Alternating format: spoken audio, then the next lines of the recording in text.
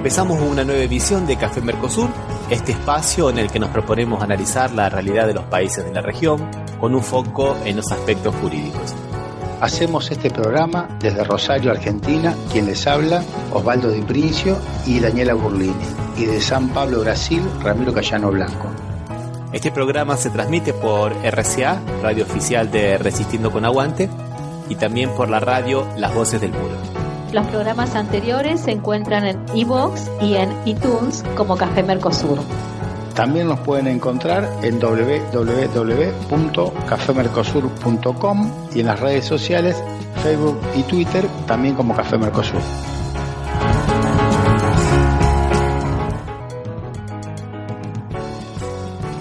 Bueno, aquí estamos en un nuevo programa de Café Mercosur, el número 71. Desde Brasil, el que les habla, Ramiro Cayano Blanco, y desde Rosario, Daniela Burlini y Osvaldo Di Princio. ¿Cómo les va? ¿Cómo están? ¿Qué tal? ¿Cómo están? ¿Qué tal, Daniela? ¿Cómo andas, Ramiro? Hola, ¿cómo andan? ¿Qué tal? ¿Cómo está en Brasil la cosa? Bien, vamos a hablar de algunas cosas de Brasil, ¿no? O sea, comparado con Argentina, creo que está relativamente bien por ahora, ¿no? Pero vamos a ver, porque así a simple vista, aquí en Brasil por lo menos la reforma previdenciaria se pasó para el año que viene, la discusión va a ser en febrero, y claro que también tiene que ver con lo que ha pasado en Argentina la semana pasada, ¿no? Estas manifestaciones, de las cuales vamos a hablar en la segunda parte del programa, acabaron influyendo mucho acá en Brasil, y por eso que, también porque, como habíamos dicho antes, el gobierno no tiene el número suficiente de diputados que le apoye, pero ahora, a la luz de lo que ocurrió en Argentina, medio como que se prendió la alarma, ¿no? Entonces, vamos a tener un fin de año tal vez un poco más tranquilo, porque la verdad que esta semana en Brasil siempre se caracterizó por noticias negativas. Aumento de la nafta, aumento de los peajes, todo ese tipo de noticias se dan ahora antes de la Navidad, ¿no? Así que vamos a ver. Pero siempre, históricamente, es así, Ramiro, se da siempre en esta época. Sí, sí.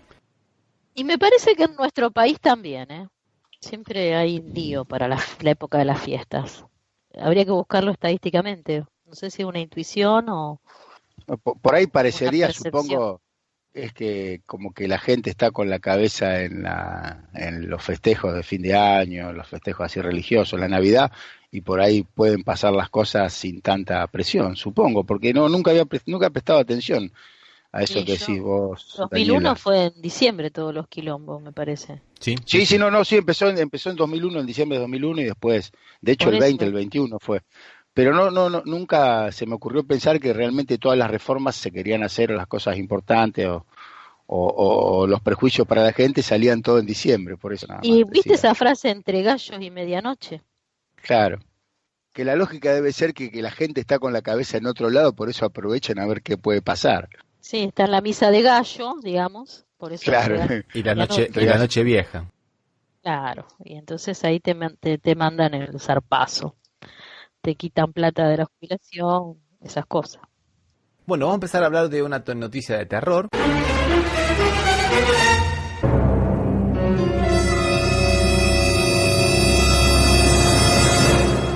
Que tiene que ver con la persecución política a los abogados. Ya habíamos hablado anteriormente que le habían multado a los abogados de Milagro Sala por haber hecho una recusación, ¿se acuerdan, no? Que le habían dado una sí. multa de 40.000. Bueno, esta vez se le han agarrado con Juan Grabois y la semana pasada le impusieron una multa del 15% del salario de un magistrado. Uy, encima cobran bien los Encima cobran magistrados. bien, o sea que no, acaba no siendo poca plata. Y lo interesante es que para poder, digamos, aplicarle esta multa, tuvieron que recurrir a un decreto ley del año 58 de la Revolución Libertadora, ¿no? No podemos acusarlo de desconocimiento del derecho a estos jueces, ¿no? Porque para saber que había un decreto ley en vigencia del año 58, realmente saber esas cosas. El Tribunal Oral Federal número 6 se la pone a la multa. Y aparte me gustaría resaltar que en realidad, si bien ahora surge esta sanción, como otras que se habían sumado, pero ya había hace un tiempo que se estaba trabajando en este sentido, porque me acuerdo cuando se quiso reformar la ley de riesgo de trabajo, para aquellos que se quiso abrir un registro para aquellos abogados que la tacharan de inconstitucional o se opusieran a los procedimientos establecidos en las comisiones médicas seccionales o nacional. O sea, lo cual, ¿para qué va a abrir un registro si no se piensa actuar sobre los que integran el registro? ¿Qué sentido tiene hacer un registro de abogados que apelan una resolución? O sea, se ve que ya la idea, en cierta medida, no solo ya busca afectar a los jueces o caer sobre los jueces, sino también sobre los propios abogados. Sí, Osvaldo, tenés toda la razón. El presidente es Martínez Sobrino, José B. Martínez Sobrino. Vicepresidente, Julio Panelo. Secretario, Carlos Poledo, Tomás Ruch, doctora Rivas Cecilia y La Beglia Analía. El caso de Martínez Sobrino fue uno de los que más se ofendió porque él había actuado en la época de la dictadura militar, ¿no? Entonces Grabois, entre otras de las cosas, le dijo que... Me sonaba muy a Sobrino, muy, vos sabés que me sonaba eso que vos decís, muy de esa época, Sobrino. Claro, inclusive el Grabois le dijo que en esa corte había gente que había compactuado con la apropiación de niños, ¿no? De esa época. Sobrino le respondió, ¿no? De una forma bastante subjetiva, me parece. Lo voy a leer aquí. Dice: las resoluciones que adopté en todos los legajos seguidos no solo por este tribunal, sino por ante otros de este fuero, en contra de funcionarios públicos y civiles imputados por el delito conocido como apropiación de menores, antes de soltar en público con una ligereza e irreflexión impropia de quien se dice representante de sectores sociales desprotegidos. Tamaña infamia, lamento haberlo tenido como más cuidadoso y responsable. Creí que en eso había seguido las huellas de su padre, a quien conocí, traté y respeté. Me equivoqué, qué pena. Pero está loco, ¿Cómo va a ser una cuestión personal? Totalmente personal, ¿no? Ay, y esto de que la justicia, hacer justicia es una ciencia, está bastante puesta en crisis acá, ¿no? Realmente el razonamiento no supera el estándar mínimo de razonabilidad, porque siempre lo repito, hay reglas para estudiar cuando una sentencia es arbitraria. Uno de los ítems que se pone es que se debe resolver el caso igual que en todos los casos anteriores, digamos. No le puedo dar un tratamiento diferente al que ya le vengo dando. Y no se puede personalizar.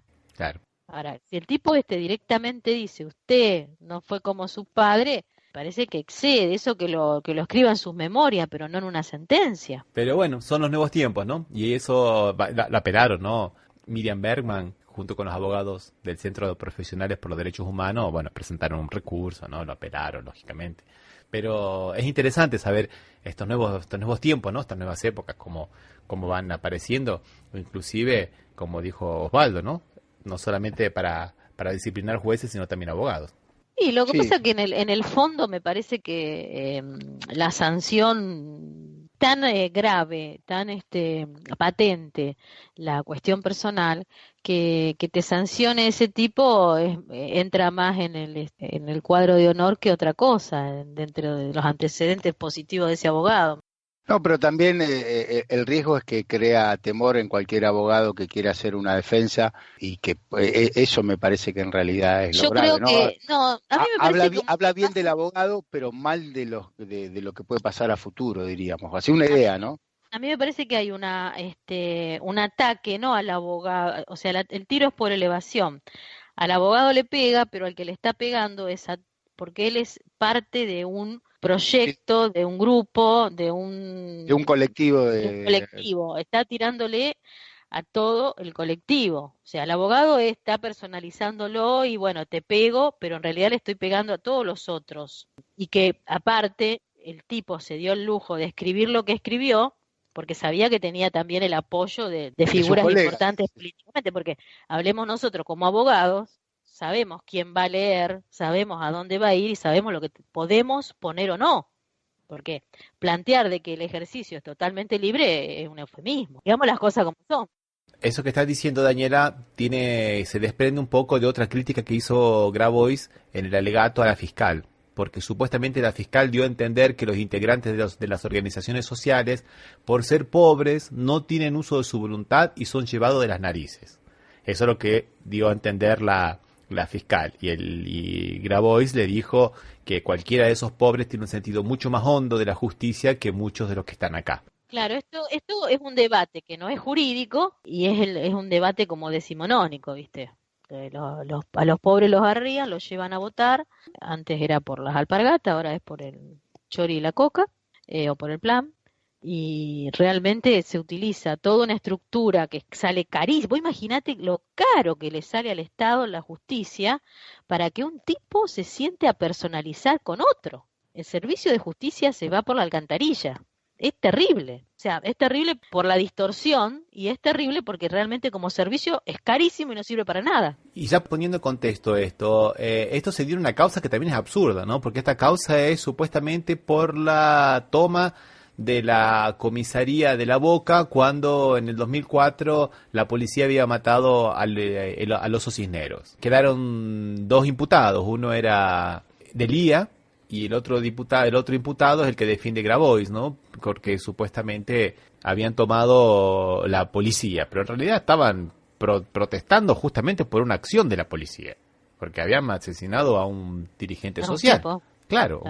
Ni siquiera debería existir esta causa. ¿Y cuántos años tiene la causa, hablando de...? Y esta causa la han retomado ahora hace poco. Esa causa, como viene pasando en los tribunales, duermen en los cajones. Y hace unos 3 años más o menos para atacarlo a Delía que la han resucitado. Pero para mí es más vieja esta causa. Sí, esta causa es vieja. Vieja. Sí, pero venía durmiendo en los cajones y creo que hace cosa de 2 años para perseguirlo a Delía la resucitaron. Sí, digamos, la utilización del aparato del Estado para perseguir gente que molesta. Principalmente de movimientos sociales. Por eso lo que estabas diciendo vos, Daniela, está muy atinado. Estas palabras no son solamente contra el abogado, sino contra todo el colectivo que está por detrás del abogado.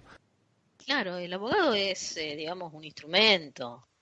Y también te digo, vuelvo a reiterar, se da el lujo de decir todo eso porque tiene toda la banca atrás. Porque si va un abogado, cualquiera del montón, y escribe eso, lo mandan primero le tachan el escrito, lo mandan al tribunal de ética, ¿me entendés? La sanción pecuniaria para ellos es ilusoria, porque la vaquita se hace y se paga, entonces puedo ir todas las veces que quiero a ir y putearlo al juez, ¿me entendés? Bueno, vamos a hacer una pequeña pausa musical y vamos a escuchar una canción de Ladecio Valdés con María D'Alessio. ¿Vamos? Dale. Vamos. Señoras y señores, canta para todos ustedes Malena D'Alessio. Somos la risa liberadora de dolores, somos los callos en la mano repicando los tambores, raca, taca, taca, retumba la herencia, de generación en generación viene la esencia. Somos la brisa, somos la calma, somos la música acústica, rústica, mandrica, somos la ira, somos el calor, somos los escoltas de la luna, los hijos del sol, los que exigimos y no mendigamos, somos las plazas que nos abrazan cuando las llenamos, los condenados de esta eterna guerra, somos los pueblos expulsados de su propia tierra, los que seguimos a pesar del daño, los que venimos resistiendo hace 500 años, la voz oculta que nunca sale en los diarios, esa cultura que va brotando desde los barrios, somos el hip hop, somos la cumbia, somos el reggae, el tango, la rumba, somos la murga, presente y no nos para ni la bala de un presidente. Vamos a bailar esta cumbia con Malena. Conmigo. Vamos a bailar esta cumbia con Malena. Con Abelio. Vamos a bailar esta cumbia con Malena. ¿Cómo dice? Vamos a bailar esta cumbia con Malena. Yo vivo como una caníbal comiéndome a todo que se me interpone. No se te ocurra detenerme, no vaya a ser que la bomba se detone. Los ángeles de la paciencia en estado límite. Alerta pueblo que lo que se viene es la catástrofe. Dicen que si sos boliviana sos horrible, que si sos paraguaya, colombiana sos temible. Dicen que sos un vago, un delincuente, casi un monstruo. La policía te para por portación de rostro. Te dicen extranjero en la tierra de tus ancestros. Te siguen asesinando, rezando los padres nuestros. Los hijos de la Pachamama regidos por leyes de los que vinieron en barco y todos proclamaron reyes. Si sos gordita, si sos morena, si sos mestiza, chinada y rellena, son la más linda, este es el comentario. Bailamos la cumbia hasta que amanezca en el barrio. Vamos a bailar ¿Cómo dice? esta cumbia con Malena. ¿Ay, conmigo? Vamos a bailar esta cumbia con Malena. Con la Belio. Vamos cumbia con Malena. Vamos a bailar esta cumbia con Malena. Somos la risa liberadora de dolores. Somos los callos en la mano repicando los tambores. Raca, taca, taca, retumba la herencia. De generación en generación viene la esencia. Somos la brisa, somos la calma. Somos la música, música más rica. Somos la ira, somos el calor. Somos los escoltas de la luna, los hijos del sol. Para cumbando. Aquí rapeando. Cumbara, directo desde la esquina. Vengo con el paso totalmente loco, como desquiciado, escupiendo la lírica sobre la música con esta métrica, pero sin mímica, como una intrépida, tiro la música, ve que retumba como una macumba que le te tumba. Voy despertando manos de la tumba con mi rumba. Vamos a bailar Como dice, esta cumbia con Malena. ay, conmigo. Vamos a bailar esta cumbia con Malena.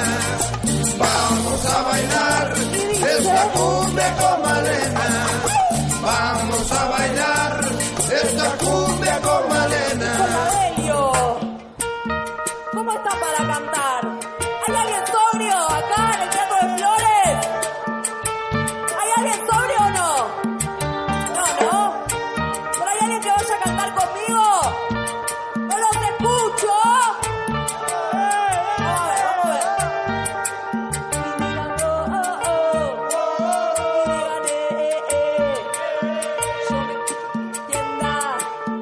yo me vine con la de Dios a cubrir tu conciencia y digan y digan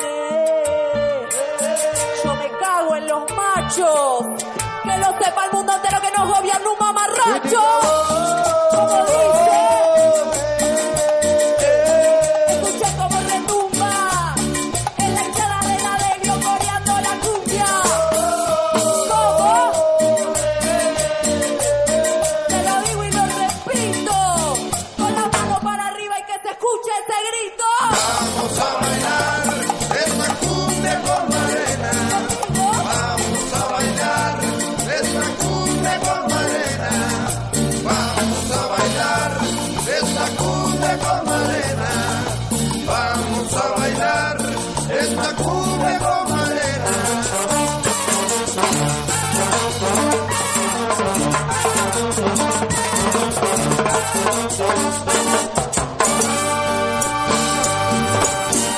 Fuerte ese aplauso para Malena D'Alessio. Gracias.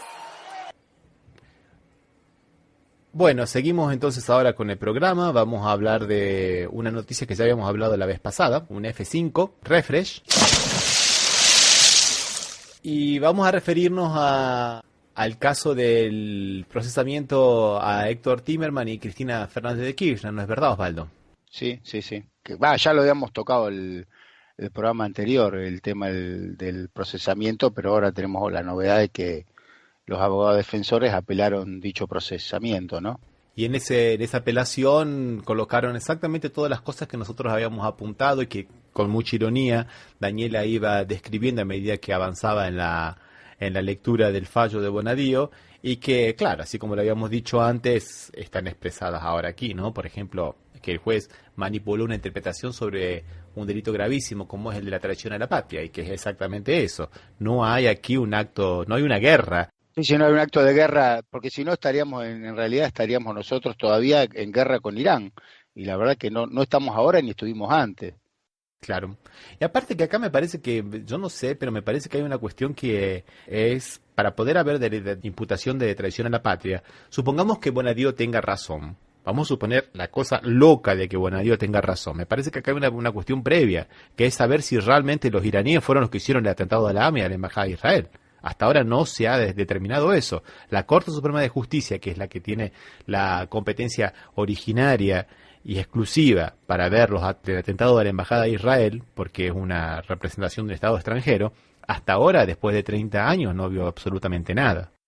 Sí, y de todas maneras Bonadío también recurre a la doctrina Irursum para procesarlos, que el presidente de la Cámara, Martín Irursum, fue el que creó la doctrina que parecería que se adecua perfectamente para poder detener o procesar a cualquier figura del gobierno anterior, porque con esa misma doctrina se podría, sin lugar a dudas, procesar a cualquiera del gobierno actual por un acto político. Claro, que es la idea de que como perteneció al gobierno anterior, tiene influencia y con esa influencia puede obstaculizar la causa. O sea, colocando una supuesta peligrosidad, y como decimos, supuesta, pero no da ninguna pista de por qué realmente es así, ¿no? O ninguna prueba en realidad, más que pista, ni siquiera alguna prueba que determine que se entorpeció o se fugó o algo, porque en realidad desde que está nunca hicieron nada. Y de hecho, te reitero, o sea, los del gobierno, estando en el gobierno actual, tendrían más posibilidad de entorpecer, pongamos en la figura de, ¿cómo se llama? El ministro de Energía, Aranguren, que se lo está por el tema de la compra también de gas natural a algunas empresas, también está acusado de eso, y él tendría la posibilidad, estando en el Ministerio de Energía como está, entorpecer, ocultar pruebas, mucho más fácil que un ex integrante del gobierno.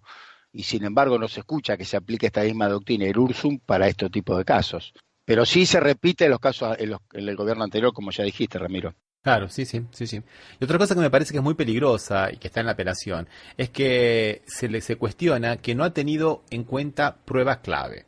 No tener en cuenta prueba clave en un proceso penal es realmente colocar al imputado en estado de indefensión terrible, es romper con la garantía del debido proceso.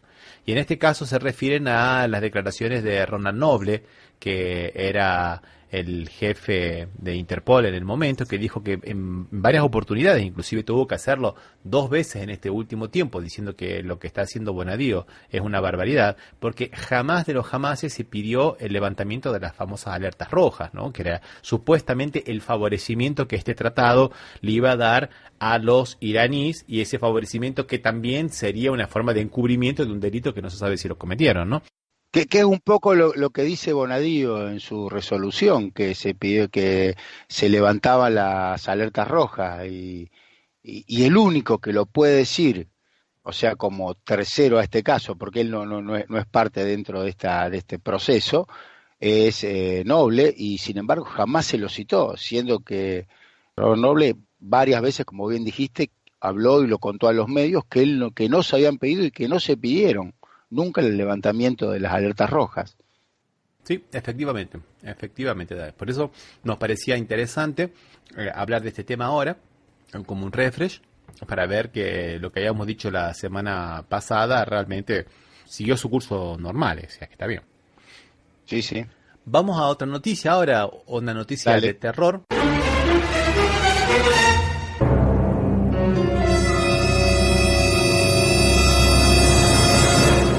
Y viene acá de Brasil, lamentablemente. Amnistía Internacional dio un informe en el cual aparecen 58 activistas muertos en el 2017 en Brasil. Un número terrible, ¿no? Porque estamos hablando de 8 meses, hablamos de enero a agosto, 58 activistas muertos.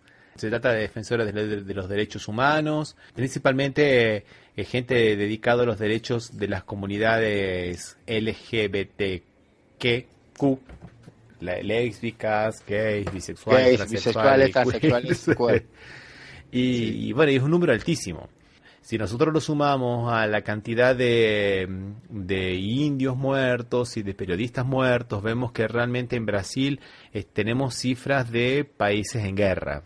En el 2016 murieron 25.000 jóvenes entre 18 y 25 años, lo cual es un número superior a lo que ocurre en las guerras. O sea, estamos en una situación bastante delicada. Y si bien esto no es un problema de ahora, en realidad es un problema que se viene agravando con el gobierno de Temer. Como dice Amnistía Internacional, la situación empeoró mucho desde que el Programa Nacional para la Protección de los Defensores de los Derechos Humanos fue disminuido en el año 2016.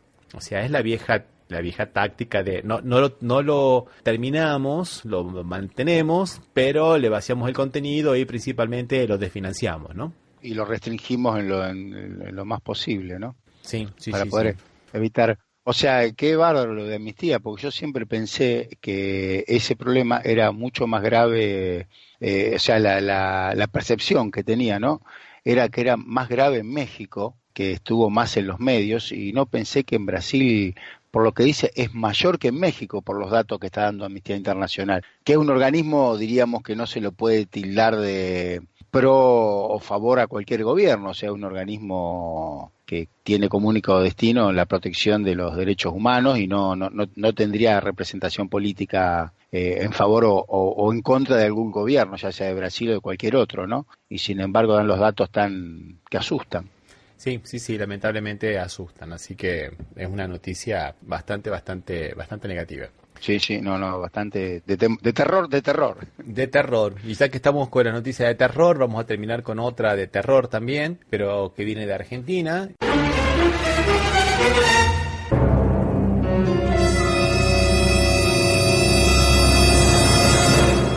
En este caso, tenemos que nuevamente el tema de las famosas escuchas, ¿no, Osvaldo? Que en el gobierno anterior se les había dejado en manos de la promotoría, ¿te acordás? Sí, de la Fiscalía. De la Fiscalía, perdón. De la Fiscalía General de la Nación, sí. Y que cuando llegó este gobierno... Se lo pasó a la Corte, que lo casi la convertía, como Daniel había dicho, lo convertía a una de las partes. Aquel que tendría que juzgar le daba la posibilidad de que pueda ordenar las escuchas, y era el mismo que tenía que juzgar, que eran los jueces, ¿no? No, y además para todas las otras maniobras políticas que se usaron, ¿no? La maniobra de las escuchas que no tenían nada que ver ya con el proceso entre Parrilli, ¿no? Y Cristina Kirchner aparecieron por todos lados, ¿no? Sí, ya nadie se sorprende de las escuchas, ¿no? Nadie piensa cuando se procesa a alguien por una escucha, nadie se le ocurre pensar si la escucha fue legal o ilegal. Solamente interesa la finalidad que hubo esa escucha, que aparte están todas editadas y que no se sabe realmente lo que querían decir, ¿no? Bueno, y la Corte Suprema de Justicia, este gobierno se la pasó a la Corte Suprema de Justicia, que de alguna manera la dejó en manos de Irursum, ¿no? Un juez muy allegado al partido de gobierno. Y ahora, la Corte Suprema firmó un convenio con la Policía Federal. Entonces, ahora sí, estamos fritos, porque la Policía Federal depende del Poder Ejecutivo, ¿no? Sí, directamente se lo entregó, ya no era a la Fiscalía, que era un órgano ajeno a las partes, sino que ahora directamente se lo dio al Poder Ejecutivo y esperemos que no lo use discrecionalmente, aunque es difícil pensar que pueda pasar esto, ¿no? Con los comportamientos de los últimos 2 años del gobierno.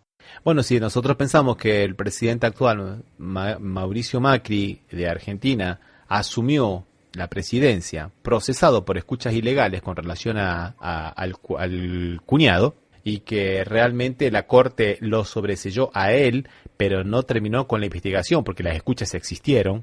Hicieron toda una manganeta a través de un juez federal amigo de Macri de Posadas para poder investigar a escuchar a la hermana, ¿no? Y si eso hace en materia familiar, ¿qué es lo que no van a hacer en materia de opositores políticos, ese tipo de cosas, ¿no? Sí, no, realmente da un poquito de miedo.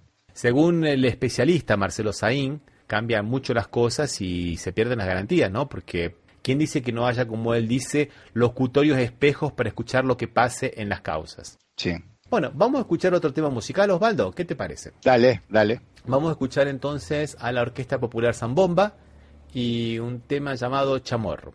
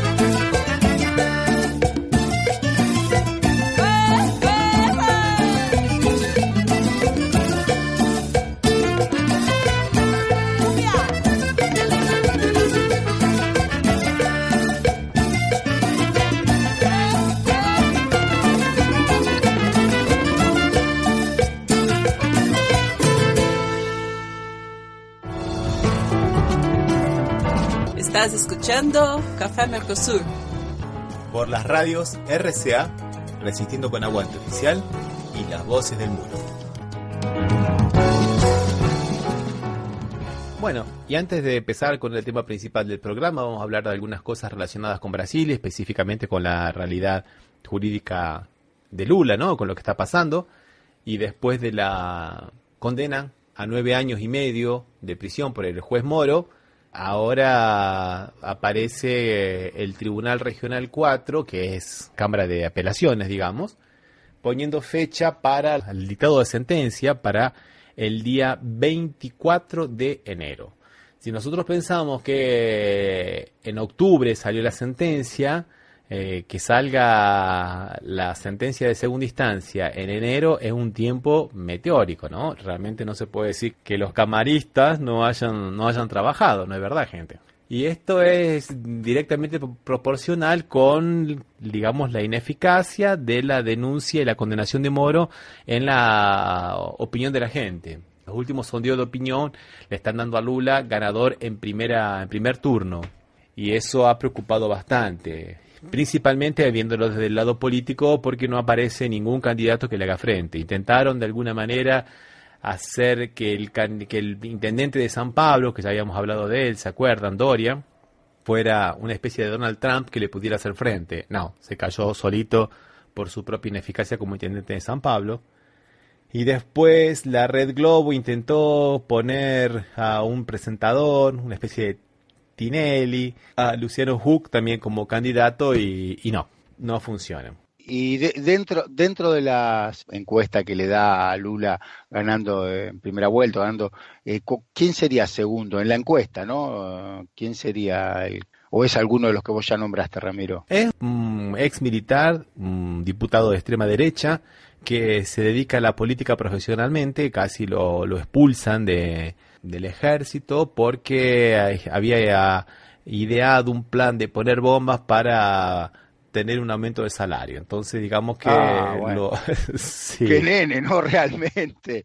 ¿Y ese es el que está segundo en la preferencia de la gente? Es el que está segundo en la preferencia de la gente. Lejos, ¿no? Está con apenas 16% de intenciones de voto. Y es un poco, como dicen acá, ¿no? Un mito. O sea, mito porque racionalmente no se lo puede discutir, digamos. O sea, uno cree o no cree, así. Porque realmente cuando empieza a hablar es una barbaridad. Pero de todas maneras, con el tamaño de Brasil, la cantidad de habitantes que tiene Brasil, hablar de un 16%, es una cantidad millonaria de gente que lo va a votar, son varios millones, se me ocurre. O sea, 16 millones, el padrón tiene 6 millones de votantes. O sea, vos pensás que si 6 millones puedan preferir a un tipo como el que vos dijiste, y que está comprobado eso que hizo lo de las bombas o... No, sí está comprobado, está comprobado. Fue, digamos, hubo una investigación militar porque le correspondía a la justicia militar y bueno, medio como que fue, digamos, o te retirás honrosamente o seguimos el proceso, fue más o menos así. Porque realmente las sociedades en Latinoamérica están teniendo unos comportamientos bastante extraños, ¿no? De hecho ganó Piñera en Chile y ahora esta persona de centro derecha, según decís vos, que tenga 17 millones que lo quieran votar, ya realmente sería, parece cosas de realismo mágico propio de Latinoamérica. Sí, no sé si podríamos entrar a hablar ahora del fenómeno Bolsonaro, pero es un fenómeno bastante complejo, y en realidad tiene tanto desde clases altas hasta clases bajas, muy pobres, y es un poco también que no aparecieron otros candidatos, es muy prematuro para decir eso. Lo que sí es una cosa sólida, una tendencia sólida, que el rechazo a la figura de Lula ha caído bastante y que la popularidad ha subido muchísimo, principalmente porque también Lula está en campaña electoral permanente últimamente, ¿no? La forma de defenderse que tiene. ¿Y lo siguen atacando los medios o lo sigue atacando la Globo? Constante y permanentemente, lo siguen atacando. Y bueno, y ahora el 24 de enero el Tribunal Regional Federal 4, que es la Cámara de Apelaciones, va a presentar, digamos, su sentencia. Y acá hay este apuro, es por dos cosas. Primero porque está en receso el Superior Tribunal Federal de Justicia, que es más o menos como la Corte Suprema de Justicia en Argentina, y que va a modificar su postura. Parece que ahora tuvieron una posición bastante cuestionada de que a partir de un fallo de segunda instancia los jueces podían ya decretar la prisión de una persona. Y esto fue bastante cuestionado y fue así por mayoría simple. Y ahora todo el mundo y dice que van a rever su posición y va a volver a mantener la postura histórica de que hasta que no haya una condena en última instancia, no hay que llevar a las personas a la cárcel, ¿no? Entonces estos quieren adelantarse a esa decisión. Y también justamente para que no pueda caer en lo que se llama acá la ley del legajo limpio, o sea que los candidatos con condena firme no se pueden presentar. Entonces Lula tendría tiempo hasta agosto para presentarse. Y normalmente los fallos del Tribunal Regional Federal 4 demoran un año, así que sería en octubre, más o menos todo el mundo pensaba que iba a salir la sentencia. Por eso que han trabajado a destajo. Claro, para poder ahora anunciar esto para el día 24. Y la situación parece que está bastante compleja, ¿no? O sea, la candidatura de Lula, mucha gente la está dando como que no va a poder ser, entonces vamos a ver qué pasa, hay que estar atentos. De cualquier manera ya hay gente especialista en derecho electoral que dice que no importa que lo condenen en segunda instancia porque eso significa que para que él no se pueda presentar tiene que haber otro proceso más dentro de la justicia electoral, que también tiene su propio Tribunal Superior Electoral aquí, como si fuera una vía separada. Entonces eso llevaría más o menos un año y Lula podría presentarse a las candidaturas. Pero bueno, vamos a ver qué pasa, ¿no? Cómo evoluciona el tema. Y bueno, y vamos a hablar un poco de lo que queríamos hablar hoy, ¿no? De nuevamente la represión en una marcha, ¿no? La represión en una protesta social, ¿no es verdad, gente? Sí. Bueno, vamos a poner un poco en contexto. El jueves se tenía que votar en la Cámara de Diputados la ley de reforma de la jubilación, de la previdencia social. Y en el gobierno hoy realizaron un operativo de seguridad impresionante con más de 1.000 efectivos entre Gendarmería y Policía Federal y algunos efectivos inclusive de la Policía Aeroportuaria, ¿no? Y inclusive habían sacado algunos de los elementos de protección que estaban en Puerto Madero, donde todavía ocurría la Organización Mundial del Comercio, las reuniones, y los llevaron al Congreso porque, según dice Raúl Colman, los servicios de inteligencia de Argentina, para poder, digamos, justificar todo ese despliegue de fuerzas de seguridad, habían hecho un informe de inteligencia según el cual 1.200 militantes iban a invadir el Congreso e iban a obstaculizar las votaciones. Por eso justificó todo ese despliegue de fuerza y todo ese tipo de cosas, ¿no? O sea, volvemos a los tiempos de los informes de inteligencia. Y efectivamente no ocurrió absolutamente nada de eso, lo que se vio fue las vallas que colocaron y por sobre las vallas la policía tirando con balas de goma a los manifestantes, algunos manifestantes, muy pero muy pocos, provocando a los agentes de seguridad, tirándole piedras y provocando, y después cuando se levanta la sesión del Congreso, que ya debería haber terminado, digamos, el motivo legal para la actuación, lo que se vio fue una cacería en todo el centro de Buenos Aires, ¿no? Con las tropas avanzando con paso militar, inclusive con marchas militares, como se ven en los videos, y la policía atacando a todo el mundo, viejos, manifestantes, personas que pasaban, trabajadores, y se llevaron detenidas a 45 personas, entre ellas 4 personas de situación de calle que vivían ahí, personas que estaban trabajando. El caso de esta joven del vestido blanco que quedó tan famosa porque se tropezó con una moto y se la llevaron, que volvía de su casa al trabajo, y los imputaron a todos, ¿no? Con el mismo delito, que eso es lo que me interesaba que viéramos, ¿no? Intimidación pública, así como hablábamos la vez pasada de que ya no es asociación ilícita, parece que ahora la figura preferida es la intimidación pública, a todos le hicieron lo mismo, como ocurrió el 1 de septiembre en la marcha por Santiago Maldonado, que se cayeron los 24 procesamientos por ese motivo del juez Giorgi. ¿Se acuerdan que se habíamos hablado, no? Sí.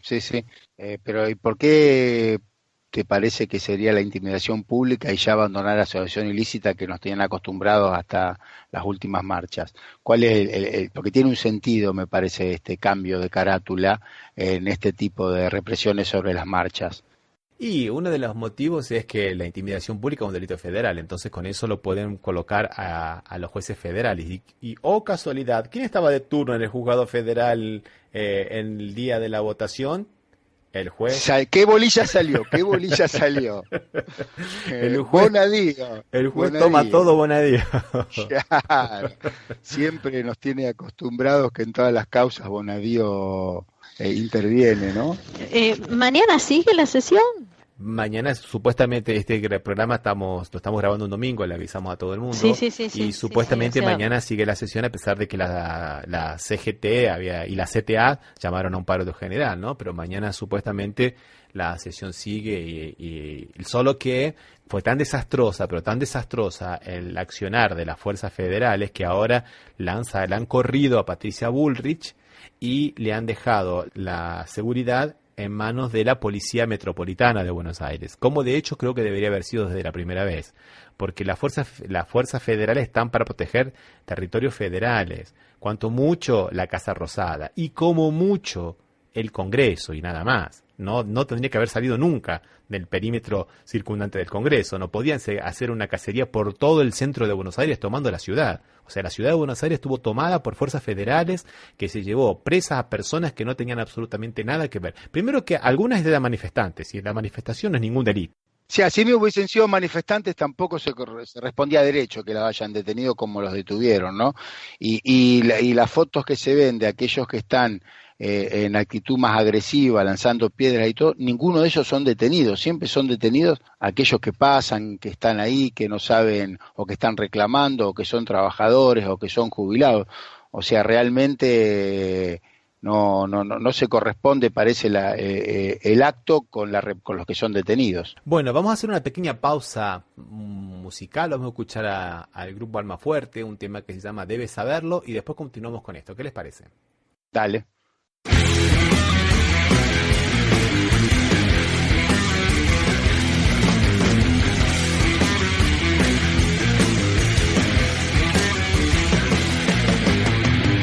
Me quedé sin nada, de tanto por decirte, tan solo soy uno más que junto a vos resiste hoy, abandonado de toda inspiración, estoy perdido, estoy deshecho,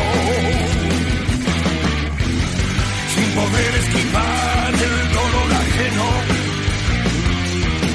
sin creer haber sido jamás todo lo que soy para vos.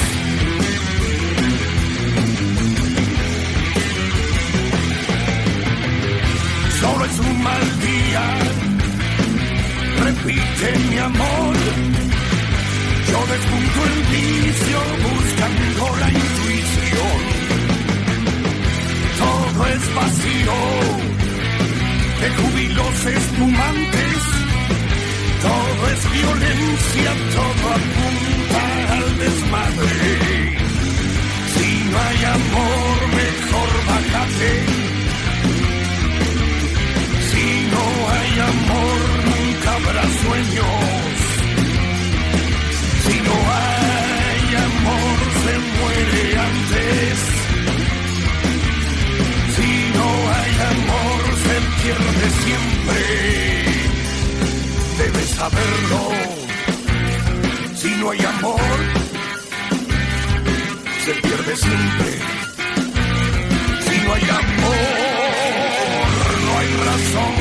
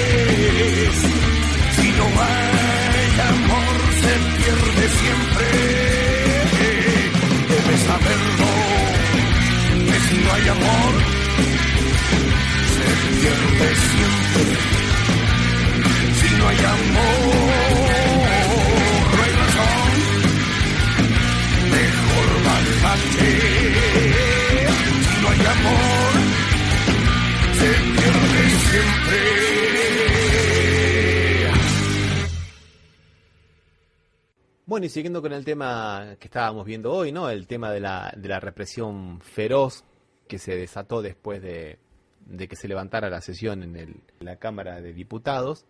Vamos a ver esta cuestión que estábamos viendo, ¿no? Que una de las principales imputaciones era por este delito de intimidación pública, que hay que aclararlo, ¿no? No es simplemente participar en una manifestación. Intimidación pública requiere un dolo específico, o sea, una intención específica, que es la de causar tumulto, ¿no? Causar temor público, ¿no? Suscitar tumulto, no es simplemente participar o con consignas, aunque las consignas sean agresivas. Lo que pasa es que, bueno, así como 24 veces imputaron a los manifestantes en la marcha de Santiago Maldonado, acá hicieron exactamente lo mismo en la manifestación de la semana pasada, ¿no? Y bueno, bastante floja de pruebas, ¿no? Bastante floja de pruebas. Todas caen en las manos de Bonadío, como habíamos dicho, ¿no? Bonadío convocó otras 22 personas, le decretó que 22 personas permanezcan detenidas en las dependencias policiales, en las seccionales 4, 15 y 12. Y una cosa que es interesante también, que muchas de ellas, 15 personas, inclusive la más famosa de todas estas personas detenidas, que es la joven del vestido blanco, fueron a parar a las dependencias, no a las dependencias policiales, y sí a las de la gendarmería. Ahí permanecían detenidas y las primeras horas permanecieron incomunicadas, aunque a alguna de ellas después les levantaron la incomunicación, ¿no? O sea, trabajando como verdaderas fuerzas, digamos, policiales, ¿no? Haciendo trabajo de policía interna. Eso es bastante complicado. Y bueno, y una de estas personas que se llevaron detenidas, la gendarmería, es Damiana Negrín Barcelós, la famosa joven del vestido blanco que, bueno, inclusive denunció que la manosearon y todo y otras cosas más, ¿no? Y vamos a escuchar lo que dice el papá de Damiana, porque él tiene una posición bastante interesante. ¿Vamos? Dale. Vamos a escucharla. Bueno, Hugo, ¿qué pasó con su hija? Bueno, ella ayer salía a trabajar, se bajó del subte. Ahí cuando se bajó me llama el segundo, salí del subte, me corrió la policía, nos metimos en Palma City. Después salió de vuelta, se tropezó con esa moto que está ahí y se la llevaron. Y que a los 4 chicos que llevaron juntos, eran 4 personas que pasaban por ahí. ¿Tu hija resultó dañada, lastimada? ¿Por qué? Lastimada en el brazo, tiene un moretón enorme, no sé qué pasó, la golpearon, claramente un moretón, está con las manos vendadas. ¿Figura para la detención de su hija? ¿Cuál es? Intimidación pública, creo que pusieron. Sí, es tremendo todo es tremendo. Yo lo que siento es impotencia, no sorpresa, porque esto sabía que iba a pasar. Hasta ahora su hija estuvo detenida. Está acá detenida, no sabíamos bien por qué era, anoche acá muy bien, decían no, en un rato la sueltan, después no, todavía no se sabe qué pasa. ¿Pudo tener contacto con ella? Ayer sí, hoy no. Pero lo que me pone también mal es que me están haciendo la entrevista porque es una chica de blanco que la llevaron, cuando acá hay 14 detenidos más acá y hay 40 y pico detenidos. Y esto se viralizó y también vi una cosa que alguien dijo, voté a Macri, pero qué horrible esta chica de blanco se la llevan. Es tremendo, no importa si está de blanco, si venía de trabajar. Podía estar manifestando, que tampoco está bien que se la lleve.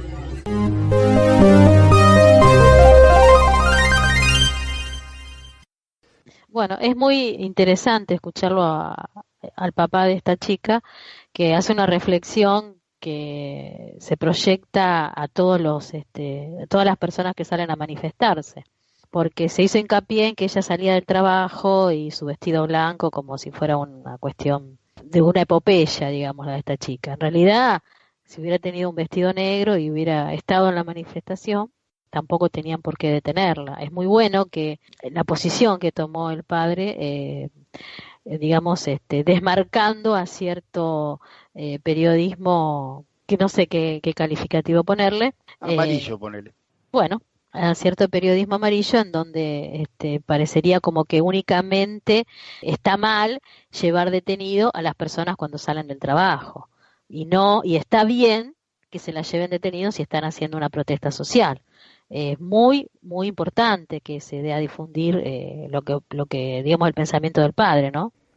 Y que fue una actitud que tomó una directora de un centro de estudios con relación a otra joven que fue a la manifestación y que después de la manifestación iba a rendir la última materia para poder recibirse como profesora de geografía. Ella era una docente que daba clase suplente porque no se había recibido, y que le escribió a Bonadío pidiéndole que la dejara en libertad, porque había sido eso, una joven que no había ido a crear ningún tumulto y que simplemente había ido a manifestarse y que avisándole que ya le había dado una fecha especial para que pudiera rendir ella y el compañero, porque eran dos compañeros que habían ido a la manifestación junto con el centro de estudiantes de ese centro educacional, una fecha especial para que pudiera rendir, ¿no? Porque en realidad no es porque uno vaya a manifestarse que lo van a tener que llevar preso, y si en el caso de las mujeres inclusive manosearlas y dejarlas y todo ese tipo de cosas. Sí, realmente lo que esperan estos próximos meses de avance del Estado, del gobierno, del Ejecutivo de Macri y de Resistencia Popular, va a ser bastante, la palabra sería bastante activo, porque es un momento en donde no se puede ir para atrás en la persistencia, en la lucha, digamos, de las representaciones políticas, llevándolo al terreno jurídico, como decía Osvaldo, de el poder mayoritario que tienen los legisladores en este caso, lo deben hacer valer. O sea, los legisladores que fueron elegidos bajo determinada consigna. Y acá cómo se da la lucha, ¿no es cierto? Donde parecería como que los gobernadores le dan las órdenes a los senadores de que voten de determinada manera, porque si no, no reciben, digamos, el giro en dinero del Ejecutivo, los abandonan, y cómo por otro lado los diputados responden a los intereses mayoritarios. Es muy interesante. ¿Qué va a pasar? ¿Cómo es el proceso de creación de una ley en este momento donde más tensiones se pueden advertir, y cómo el Ejecutivo, si bien cuando hablamos de una separación de poderes, cómo el Ejecutivo de alguna tangencialmente sería o directamente influye en la creación de esta ley que beneficia únicamente a los sectores que ellos privilegian y Sí, castiga en este caso duramente a los jubilados, ¿no? parecería que no solo lo hace tangencialmente, sino que lo hizo directamente. Sí, directamente. Sí. Al principio de que se estaba reuniendo para ver si conseguía el quórum la Cámara de Diputados, se le impidió ingresar a 3 diputados que eran opositores, a Moró, y no recuerdo bien los otros 2, que se directamente influenció, que después lo dejaron pasar, ¿no? Pero al principio fue una situación tensa y que no los dejaban ingresar, y hubo golpes, inclusive a una diputada le tiraron gas pimienta en los ojos, a otro perdió el conocimiento por el golpe, que no retengo los nombres, no sé si ustedes se los recuerdan. Y realmente, bueno, o sea, ya había una presión exagerada, porque las fuerzas de estas fuerzas represivas, estas fuerzas policiales están a cargo del Poder Ejecutivo, que era el que más interés tenía en que esto salga. Sí, en realidad fueron 8 diputados los que sufrieron agresiones de las fuerzas de seguridad. Una era Mayra Mendoza, que le tiraron gas de pimienta. Exactamente, que le tiraron gas de pimienta a 20 centímetros en una actitud totalmente cobarde. Estaba rodeada por 8 gendarmes y estaba simplemente manifestándose, y le hicieron eso. Primero la mandaron a callar la boca de una forma bastante autoritaria y después le tiraron gas de pimienta en los ojos.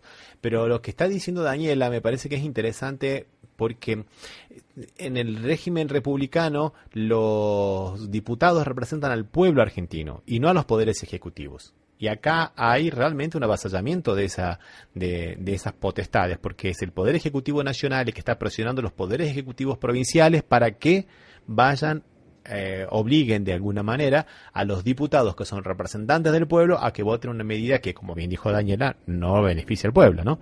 Entonces me parece que es una cosa bastante interesante. Y aparte es una medida sumamente impopular, parecería, por todas estas movilizaciones. Sí, es verdad. Y como para ir finalizando, me gustaría retomar de nuevo lo que decimos siempre y que nunca estará de más decirlo, que todo esto se inicia en Jujuy con Milagro Sala, donde a ella la llevan, la meten presa por un acampe contra Morales, contra el gobernador Morales. Entonces, aquel fue un tubo de ensayo y estas otras 31 detenciones del 1 de septiembre y las 44 de ahora siguen la misma lógica. ¿Cómo siguen la misma lógica? La prisión preventiva de Vudú, de Zanini, de Vido, de Esteche y todas las demás. Y recordamos que en el caso de Milagro Sala, el juez Puyén Germanos, en el último día que le había dado la Corte la Corte Interamericana de Derechos Humanos, decidió decretar la prisión domiciliaria de Milagro Sala. Pero no en su domicilio, como había dicho la Corte, y sí nuevamente en esa segunda cárcel que le armaron con presencia de los gendarmes, con restricción de la visita, con requisa de todas las personas que la van a visitar. Y bueno, o sea, la justicia la siguen usando como se les antoja. Realmente no sé si, no podemos decir que es una dictadura, pero tampoco podemos decir que estamos justamente en un Estado de Derecho, ¿no es verdad? Sí, parecería que fue un Estado de Derecho relativo o aminorado en derechos. Más que un Estado de Derecho, un Estado de derecha, digamos, ¿no? Sí, bueno, sí, tal cual. Haciendo un juego de palabras medio sonso, ¿no? Sí, tal cual. Bueno, vamos despidiéndonos entonces. Recordamos que pueden escuchar este programa y los anteriores en nuestra página www.cafemercosur.com y que este programa se transmite por las radios Las Voces del Muro y RCA Oficial. Y que nos pueden seguir en las redes sociales como Twitter y Facebook como Café Mercosur.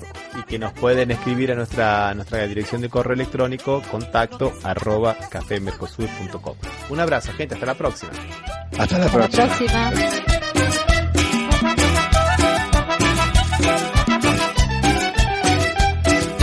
Suenan los tambores.